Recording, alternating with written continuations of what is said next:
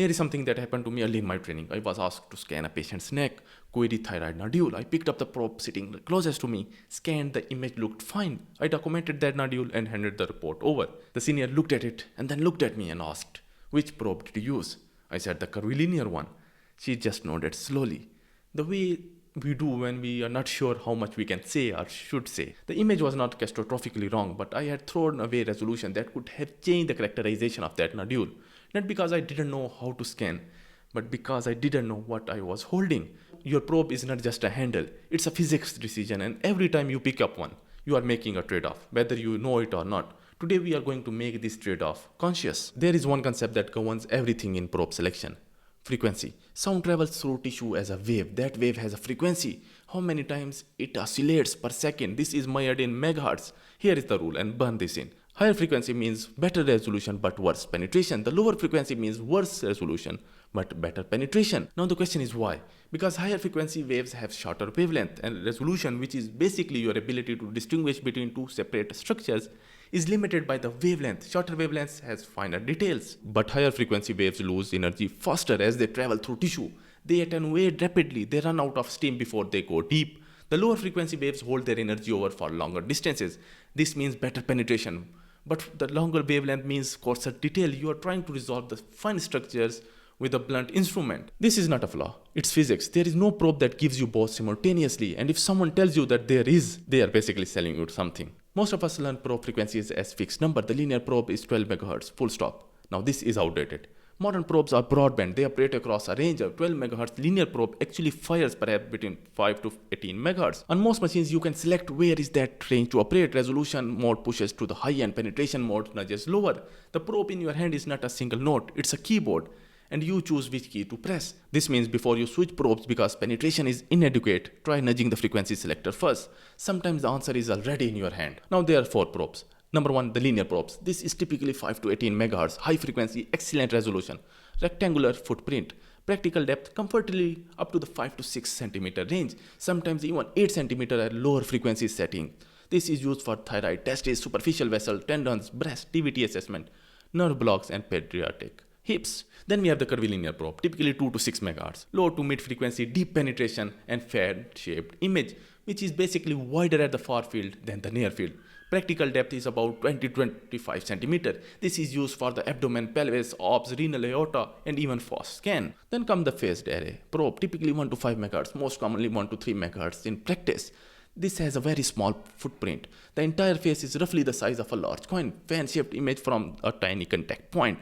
So this is built to fit between ribs. This is used for cardiac, lung, EFAST, anything that needs a narrow window. And lastly, we have the endocavitary probe, typically 5 to 10 MHz. This one is almost always left out in physics teaching, which shouldn't be. The endocavitary probes operate at a high frequency because it does not need to fire through the 15 millimeter of abdominal wall. It sits millimeter from the target inside a body cavity. Proximity replaces penetration. High frequency at close range means outstanding resolution. This is used for transvaginal, uterus, ovaries, early pregnancy, endometrium, and transrectal for the prostate. A 6-week ectopic that is vague adnexal blur on the transabdominal curvilinear becomes a clearly visible tubal ring on the transvaginal probe. Same question, same patients. The probe basically found a shortcut. One more concept, because it lives in probe physics and almost nobody explains it at the workstation. Tissue harmonic imaging. When an ultrasound beam travels through tissue, it does not stay perfectly sinusoidal. The wave distorts as it propagates, generating harmonic frequencies at integer multiple of the original. The second harmonic is twice the transmitted frequency. The machine can be set to receive only the harmonic frequencies, ignoring the fundamental. Now why does this matter? Because harmonic build up gradually as the beam travels. They are strongest at the center of the beam and weakest at the noisy artifact prone edges. By receiving only harmonics, the machine eliminates much of the clutter and near field haze from the beam margin. The result, less noise, sharper interface, cleaner image. The cysts look blacker, the wall looks crisper. On most modern machines, THI is on by default. It's quietly making your images better in the background.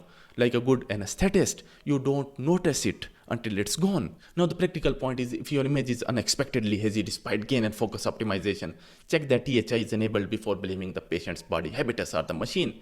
Re-enabling it often clears the artifact that has no gain adjustment could touch. Leave it on unless you have a specific reason to disable it. Now let me show you why the probe choice matters in a real clinical decision, not just in theory but at workstation. Scenario 1, DVT assessment, femoral vein Query thrombus.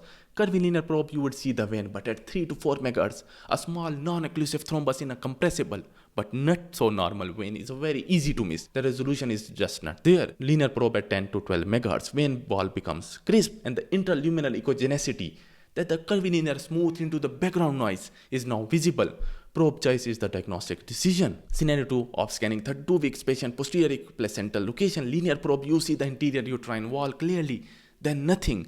The 12 MHz beam attenuated before reaching the posterior placenta 18 cm away. Curvilinear 3.5 MHz fan-shaped image, full depth, posterior placenta is now visible. Same patient, same question, the physics of the body demanded a different probe. Scenario 3, lung and fast, trauma bay, query pneumothorax. You need to sit cleanly in the intercostal space. The curvilinear probe footprint is wide, it bridges ribs, loses contact, and the image degrades. The phased array, small footprint, sits perfectly between ribs, full window, and clean image. Scenario 4, early pregnancy, and the query is ectopic pregnancy. Transabdominal curvilinear 6 weeks, possible adnexal fullness, inconclusive. Transvaginal probe, the same adnexa is now 2 cm from the probe face. A tubal ring is clearly visible. Ectopic pregnancy confirmed and managed before rupture. This is not a different examination. The same question answered by a probe that could physically reach the answer. Scenario 5, tendons. For example, the Achilles tendon with the curvilinear becomes vaguely hypoechoic, borderline abnormal. Switch to linear and the same tendon becomes completely normal. This is anisotropy. Tendons only reflect sound properly when the beam hits them at 90 degrees. The curvilinear's curved footprint makes that perpendicularity harder to maintain. Wrong probe, false positive, and unnecessary MRI downstream. The full anisotropy is covered in episode 4, but for now note it.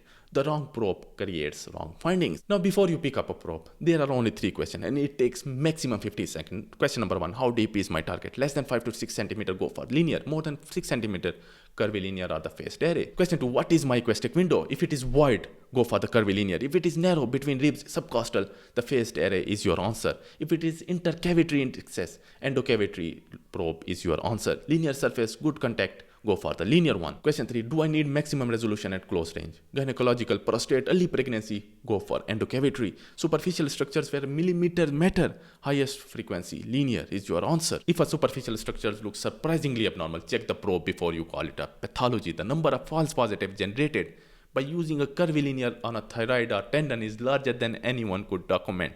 Because nobody writes, I used the wrong probe in the incident report. One practical broadband note. If you are using a linear probe and the deep portion of the field is noisy, nudge the frequency selector towards the lower end before you switch the probe. Sometimes the answer is already in your hand. You just need to give it lower voice. So 5 things you should remember. Number 1, frequency governs everything. High frequency, high resolution, but low penetration.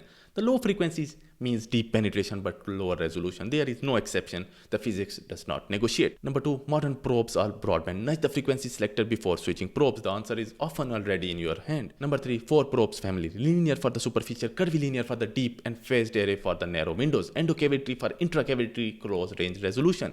Each one is a physics decision. 4, the curvilinear on the superficial structures create the false pathology. Check the probe before you call it a disease. And lastly, the tissue harmonic imaging reduces near field clutter. Leave it on. Next episode, we go for the same machine but very different physics question. You put the probe on a gallbladder. There is a stone behind it. There is clean dark shadow or bright enhancement or nothing at all or a strange bright trail fanning out like a comet's tail. None of those are errors. Every single one is the physics of that tissue writing its own report in a language that you are very soon about to read fluently. That's the episode 2, the artifacts that are not really artifacts, and I will see you there.